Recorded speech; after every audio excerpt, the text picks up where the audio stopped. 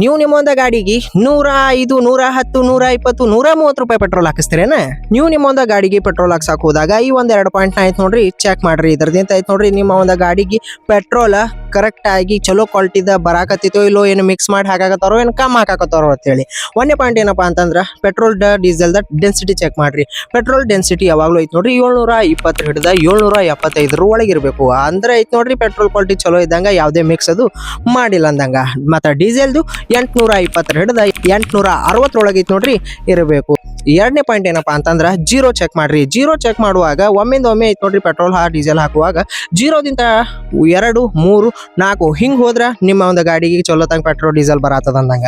ಒಮ್ಮೆ ಐತ್ ನೋಡ್ರಿ ಜಂಪ್ ಆಗಿ 7, 8, 10 ರೂಪಾಯಿ ತನ ಐತ್ ನೋಡ್ರಿ ಜಂಪ್ ಆಗಿ ಐತ್ ನೋಡ್ರಿ ಮೀಟರ್ ಓಡ್ಲಾಕತ್ತಪ್ಪ ಅಂತಂದ್ರ, ನಂಬರ್ ಓಡಾಕತ್ತಪ್ಪ ಅಂತಂದ್ರ ತಿಳ್ಕೊಂಬಿಡ್ರಿ ನಿಮ್ಮ ಒಂದು ಗಾಡಿಗೆ ಪೆಟ್ರೋಲ್ ಡೀಸೆಲ್ ಐತ್ ನೋಡ್ರಿ ಕಮ್ ಹಾಕಾಕತ್ತಾರ ಬಂಕದವರು, ಮಷಿನ್ದಾಗ ಏನ ಗಡಬಡ ಮಾಡ್ಯಾರ ಅಂತ ಹೇಳಿ.